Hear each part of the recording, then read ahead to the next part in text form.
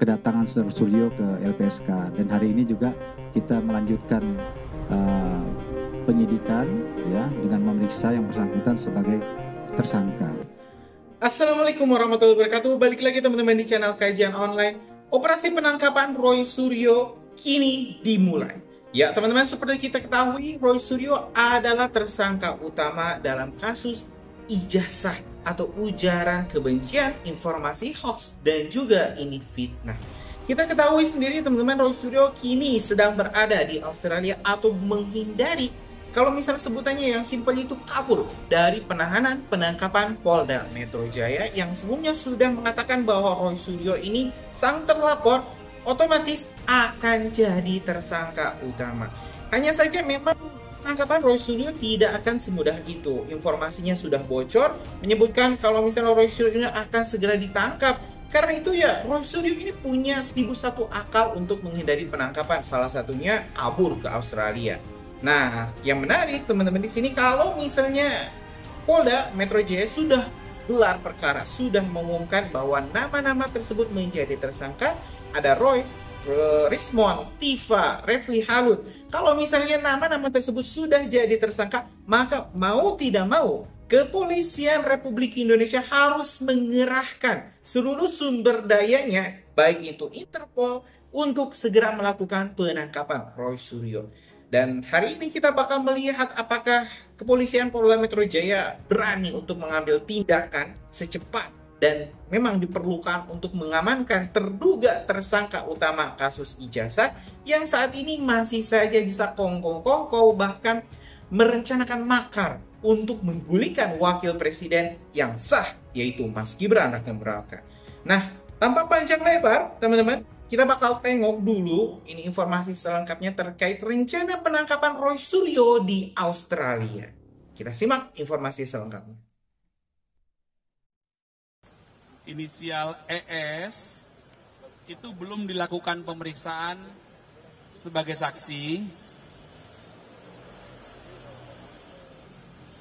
karena sudah dikirimkan panggilan 2 kali, telah diterima oleh keluarga dan pengacara terlapor, namun tidak hadir dengan alasan sedang sakit keras dan sedang berobat ke luar negeri sesuai dengan surat pemberitahuan.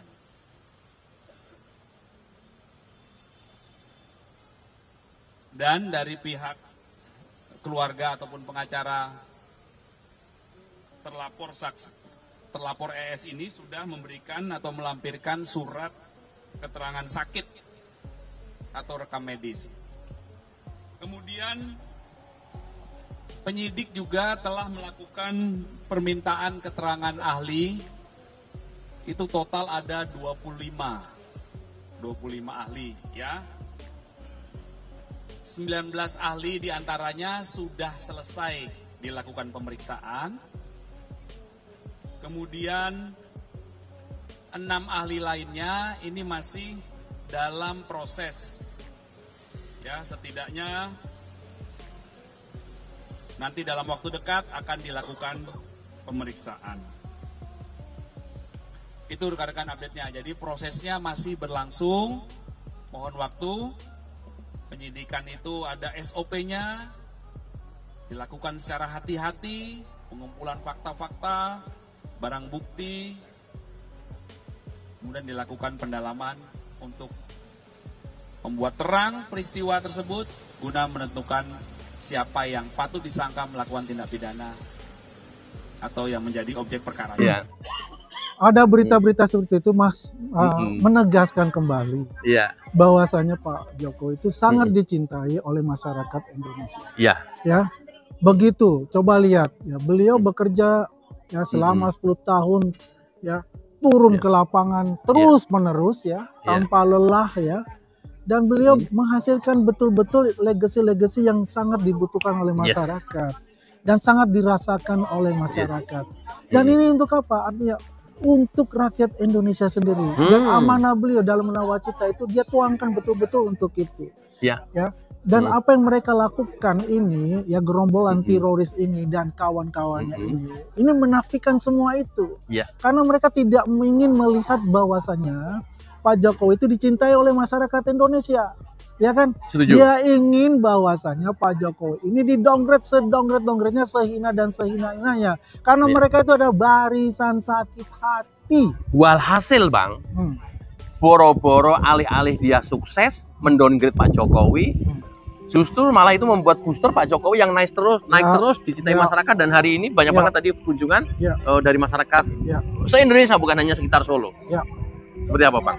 Ya itulah kembali saya katakan, Indonesia ini sangat mencintai beliau.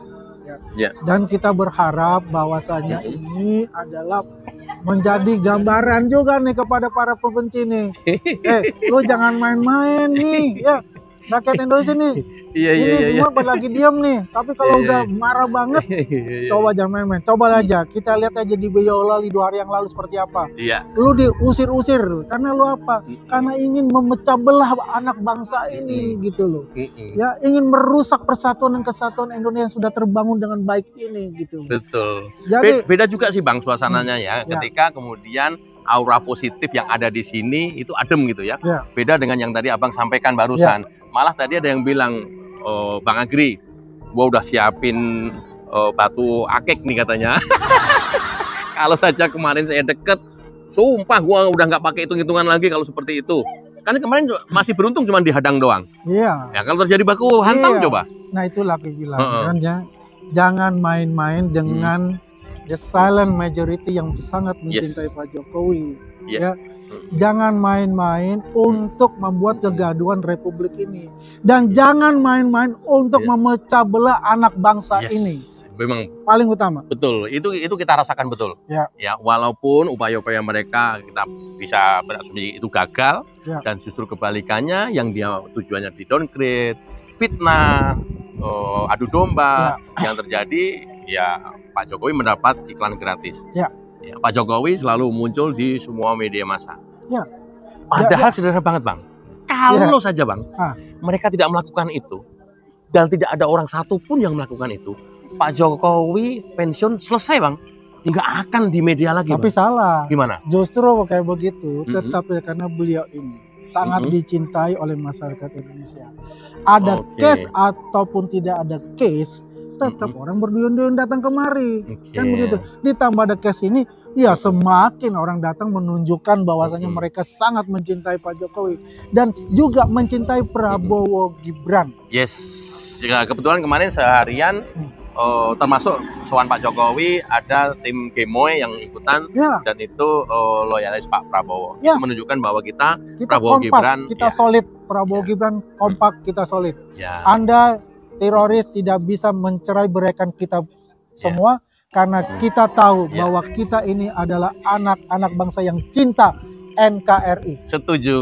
Thank you. Abang langsung balik Jakarta. Langsung Jakarta.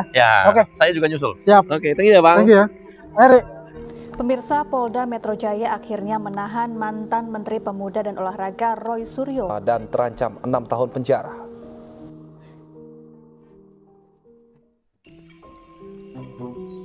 Setelah menjalani pemeriksaan selama kurang lebih 8 jam pada Jumat malam, Polda Metro Jaya langsung menahan mantan Menteri Pemuda dan Olahraga Roy Suryo.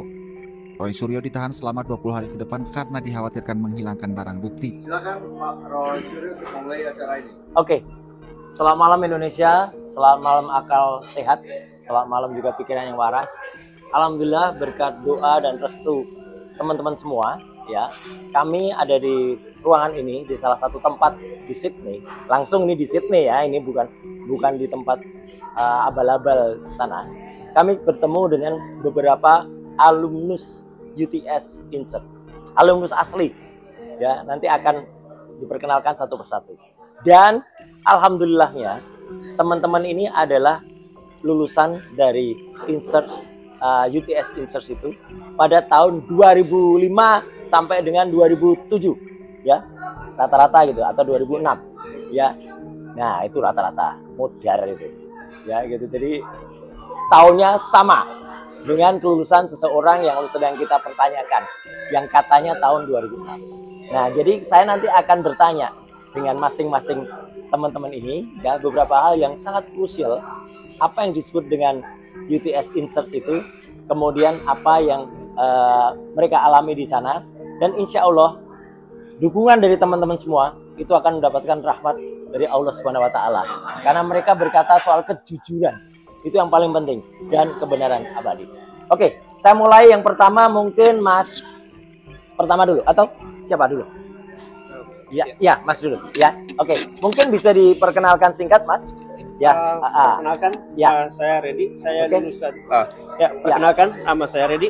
Saya lulusan Insert. Saya belajar di Insert pada akhir tahun 2006. Oke. Ya, kemudian lulus saya 2006. Ya. Lulus 2006 ya? 2006. Akhir 2006. Oke. Itu Anda di sana, Mas Redi, itu berapa bulan? Saya di Insert itu 6 bulan. Oke, cocok. Lebih 6 bulan. Ya, 6 bulan tuh lulus. Lulus. Oke. Dan ketika lulus, dapat surat tanda lulus nggak?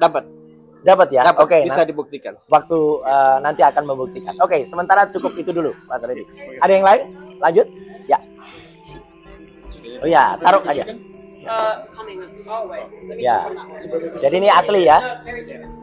Bukan, maksudnya ini suasananya juga asli, gitu loh. Ada waiternya juga, ada kantor bisa gitu ya. Oke, Mas, silakan, Mas. Ya, perkenalkan, nama saya Samsul Bahri. Oke. Saya masuk Insert itu 2005. 2005. Lulus 2006.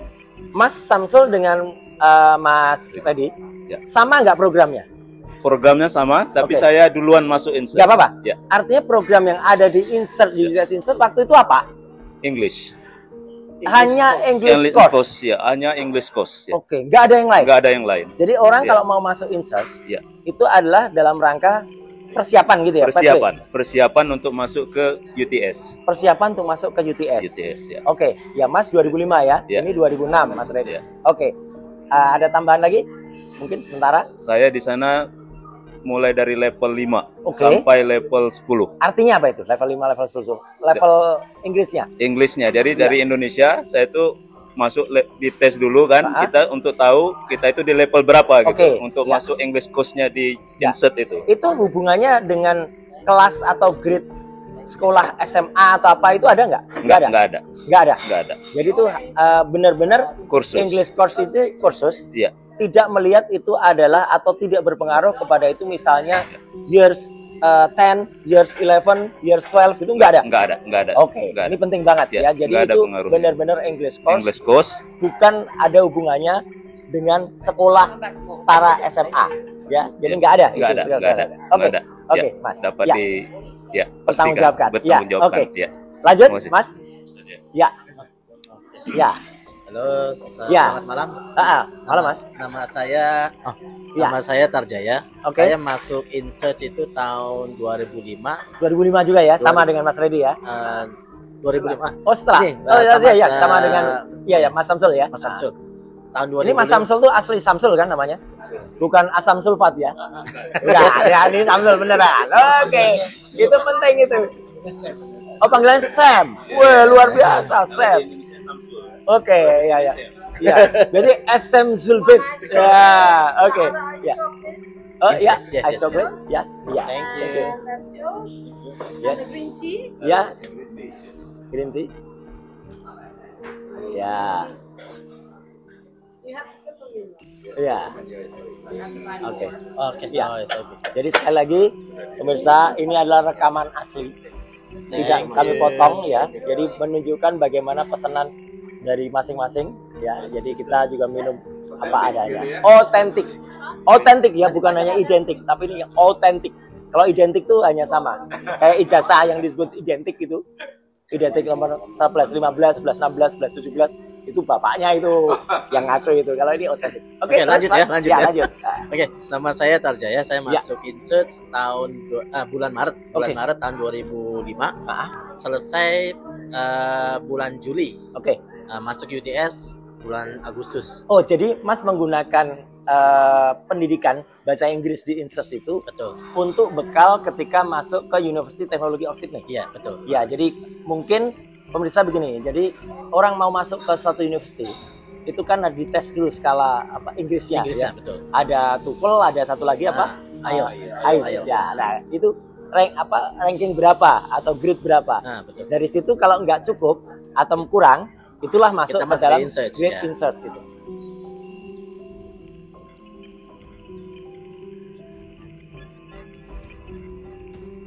Ya teman-teman, barusan kita sudah melihat rencana dari kepolisian dan juga kita sudah melihat ini saat Roy Suryo sedang merencanakan makar untuk menggulingkan wakil presiden.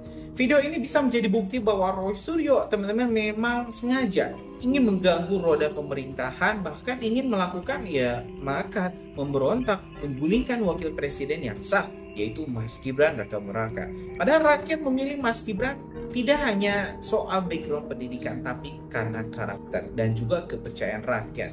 Apakah Roy Suryo ingin melawan 58% rakyat Indonesia? Kan kalau misalnya Roy Suryo ini gentleman, berani melawan Wapres Gibran, ya bertarung saja di Pilpres 2029 nanti.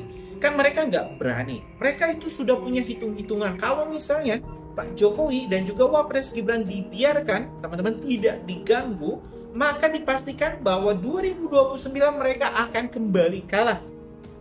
Jadi ketakutan-ketakutan inilah yang membuat para oknum-oknum elit-elit politik sedang memainkan kartu mereka, mengganggu Pak Gibran, mengganggu Pak Jokowi dan juga Wapres Gibran. Kita tentu berharap Interpol segera melakukan penangkapan Roy Suryo, karena kalau misalnya dibiarkan, ini kedaulatan NKRI akan terus diinjak-injak oleh Roy Suryo. Bagaimana bisa, teman-teman, ini calon tersangka utama dalam kasus ijazah malah main-main ke Australia? Kan ini tidak bisa dibiarkan. Gimana ini menurut kalian? Punya pendapat lain? Tulis di kolom komentar, kita bakal diskusikan. Terima kasih. Assalamualaikum warahmatullahi wabarakatuh.